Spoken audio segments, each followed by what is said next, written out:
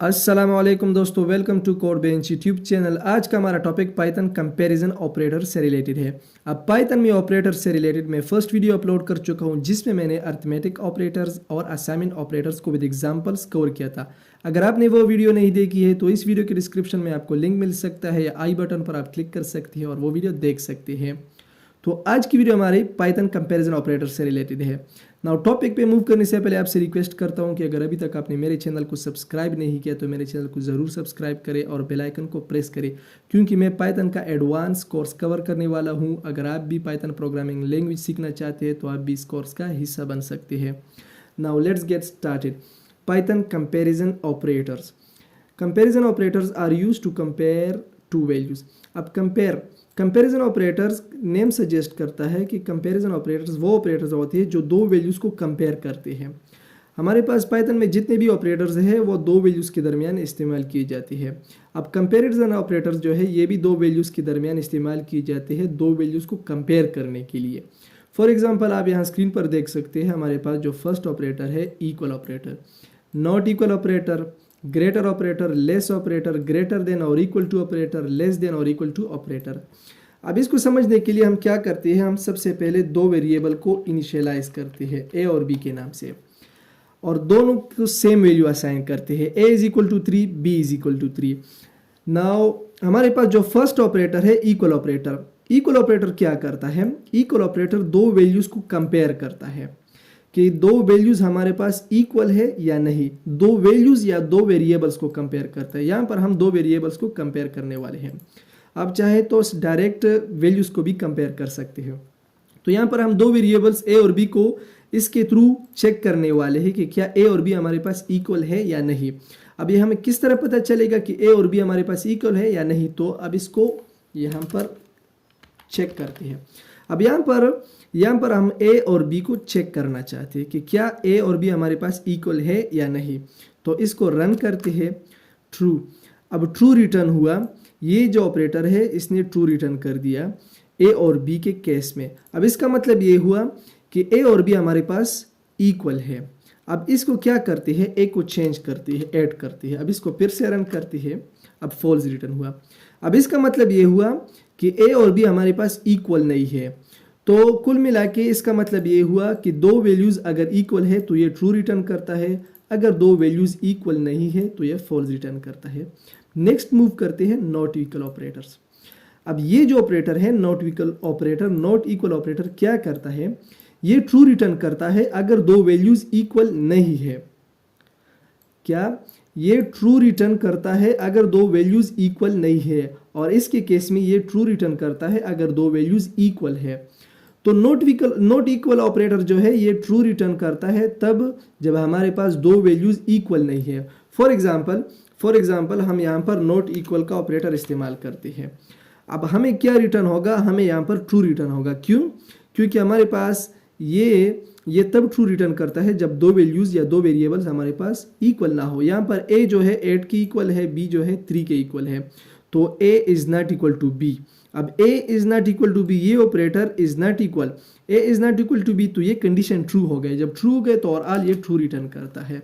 अब इसको क्या करते हैं, अब इसको हम यहाँ पर इक्वल करते हैं। अब एक्चुअल में हमारे पास जो ए और बी है, ए और बी की वेरिएबल की वैल्यूज है वो हमारे पास इक्वल हो गई। अब इसको हम नॉट इक्वल ऑपरेटर के थ्रू चेक करते हैं तो ये अब फॉल्स रिटर्न करता है। क्यों? क्योंकि इस ऑपरेटर के मुताबिक जो वैल्यूज इक्वल ना हो ये ऑपरेटर ट्रू रिटर्न करते हैं। अब ये वैल्यू आप इसमें इक्वल है, ए और बी आप इसमें इक्वल है, तो ये फॉल्स रिटर्न करता है। अब नेक्स्ट मूव करते हैं ग्रेटर देन ऑपरेटर क्या करता है, greater then operator first value को चेक करता है कि फर्स्ट वैल्यू सेकंड वैल्यू से ग्रेटर है या नहीं। अगर फर्स्ट वैल्यू सेकंड वैल्यू से ग्रेटर है तो ट्रू रिटर्न करता है, अगर फर्स्ट वैल्यू सेकंड वैल्यू से ग्रेटर नहीं है तो फॉल्स रिटर्न करता है। लेट्स सपोज हमारे पास यहाँ पर ए ग्रेटर देन बी। अब ये हमारे पास जो है ग्रेटर देन, ये ऑपरेटर जो है ग्रेटर देन ऑपरेटर, ये फर्स्ट वैल्यू ए है, सेकंड वैल्यू बी है, फर्स्ट वैल्यू को चेक करता है, A is greater than B. अब ए अगर हमारे पास एक्चुअल में बी से ग्रेटर है तो ये ओवरऑल ट्रू रिटर्न करेगा। अब यहाँ पर हम इस केस में हमारे पास ए और बी इक्वल है तो ये फॉल्स रिटर्न करते हैं। आप यहाँ देख सकती है। अब एक्चुअल में हम क्या करते हैं, यहाँ पर ए को हम इंक्रीज करते हैं, ए को हम 8 असाइन करते हैं। अब एक्चुअल में हमारे पास जो ए है वो ग्रेटर है बी से, आप यहाँ देख सकते हैं। अब इस ऑपरेटर के थ्रू, ग्रेटर ऑपरेटर के through A is greater than B, तो ये ऑपरेटर जो है ये अब हमारे पास ट्रू रिटर्न करेगा। क्यों? क्योंकि हमारे पास फर्स्ट वैल्यू जो है वो सेकेंड वैल्यू से ग्रेटर है। तो नेक्स्ट मूव करते हैं लेस देन ऑपरेटर। अब less than operator first value को चेक करेगा कि फर्स्ट वैल्यू हमारे पास सेकेंड वैल्यू से लेस देन है या नहीं। अगर फर्स्ट वैल्यू सेकेंड वैल्यू से लेस देन है तो ट्रू रिटर्न करता है। अगर फर्स्ट वैल्यू सेकेंड वैल्यू से लेस देन नहीं है या ग्रेटर है तो फॉल्स रिटर्न करता है। लेट्स सपोज यहाँ पर हम ये साइन इस्तेमाल करते हैं। तो अब इस ऑपरेटर के मुताबिक अगर ए हमारे पास जो है वो हमारे पास बी से लेस देन होना चाहिए, लेस होना चाहिए। तो यहाँ पर ए जो है हमारे पास बी से ग्रेटर है। एक्चुअल में ए हमारे पास 8 है और बी हमारे पास 3 है। अब इसको रन करते ही ये फॉल्स रिटर्न करता है। क्यों? क्योंकि एक्चुअल में हमारे पास ए जो है वो 8 है और बी जो है वो 3 है। 8 इज ग्रेटर देन बी, तो ये फॉल्स हो गया। अब इसको क्या करते हैं, अब इसको हम 1 कर दे हैं। एक्चुअल में हमारे पास जो है यहाँ पर आप देख सकते हैं कि ए हमारे पास ए की वैल्यू जो है वो बी की वैल्यू से लेस देन है। तो इस ऑपरेटर के मुताबिक ए इज लेस देन बी, ये कंडीशन यहाँ पर ट्रू हो जाते हैं। जब ट्रू हो जाता है तो ओवरऑल ट्रू रिटर्न करता है। अब नेक्स्ट फर्दर मूव करते हैं ग्रेटर देन और इक्वल टू। ये इसमें ज़रा लॉजिक है। हमारे पास यहाँ पर 2 ऑपरेटर इस्तेमाल होते हैं, ग्रेटर देन और इक्वल का ऑपरेटर इस्तेमाल होता है। अब ये यहाँ पर हमारे पास 2 किस्म की कंडीशंस है। फॉर एग्जांपल ये फर्स्ट वैल्यू को चेक करेगा कि फर्स्ट वैल्यू हमारे पास लेफ्ट साइड वाली वैल्यू जो है वो इस राइट साइड वाली वैल्यू से ग्रेटर होनी चाहिए। अगर ग्रेटर नहीं है तो इक्वल होनी चाहिए। इसको एग्जांपल्स के थ्रू समझते हैं।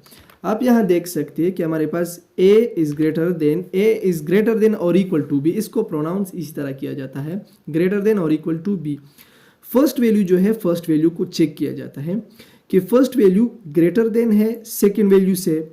अगर ग्रेटर देन नहीं है तो फर्स्ट वैल्यू इक्वल टू है, सेकेंड वैल्यू के बराबर है। तो यहाँ पर चेक किया जाता है A is greater than B.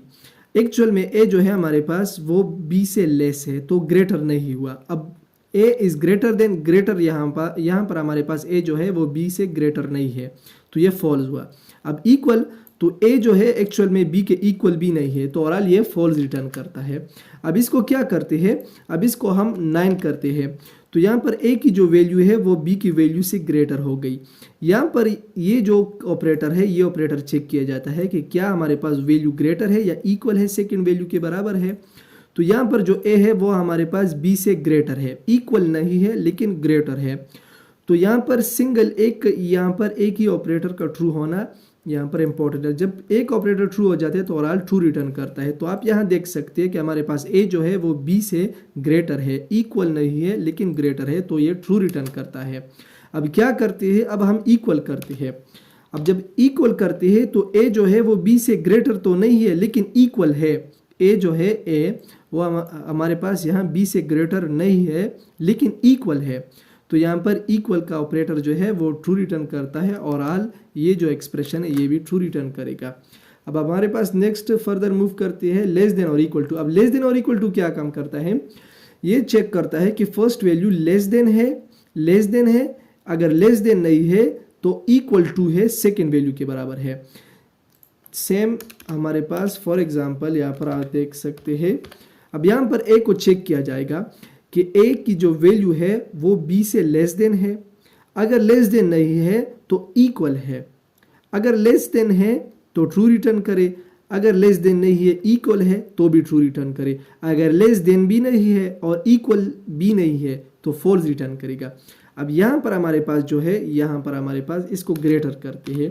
अब इस कंडीशन के मुताबिक ए जो है ए बी से लेस देन होना चाहिए, तो यहाँ पर ए बी से ग्रेटर है, ये तो फॉल्स हुआ। फिर ए बी के इक्वल होनी चाहिए, तो यहाँ पर बी के इक्वल भी नहीं है। ए हमारे पास 9 है, बी इक्वल टू 3 है, तो ये ओवरऑल क्या करता है, ये दोनों ऑपरेटर जो है ये हमारे पास फॉल्स हो गए। तो फॉल्स होने पर ये ओवरऑल फॉल्स रिटर्न करता है। अब इसको क्या करते हैं, अब ये जो लेस देन है इसको ट्रू करते हैं। ए हमारे पास बी से लेस देन होना चाहिए, तो बी 3 है, अब 3 से इसको लेस करते हैं, 2 करते हैं, तो A is less than B, equal नहीं है लेकिन लेस है, तो ये ओवरऑल ट्रू रिटर्न करेगा क्योंकि हमारे पास ए जो है बी की वैल्यू से लेस देन है। अब इसको क्या करते हैं, लेस देन नहीं करते लेकिन इक्वल करते हैं। अब ये फिर से ट्रू रिटर्न करेगा क्योंकि हमारे पास जो ये ऑपरेटर है, ये ऑपरेटर चेक करता है कि अगर ए बी से लेस देन है, अगर लेस देन नहीं है तो इक्वल है, अगर इक्वल भी नहीं है तो फिर फॉल्स रिटर्न करेगा। तो ये था कंसेप्ट पाइथन कंपैरिजन ऑपरेटर के बारे में। उम्मीद करता हूँ आपको वीडियो पसंद आई होगी। अगर वीडियो पसंद आई होगी तो वीडियो को ज़रूर लाइक करें, कमेंट ज़रूर किया करें ताकि मुझे अंदाज़ा हो कि आपको वीडियो से फ़ायदा होता है या नहीं। तो आज के लिए इतना ही था। अस्सलाम वालेकुम।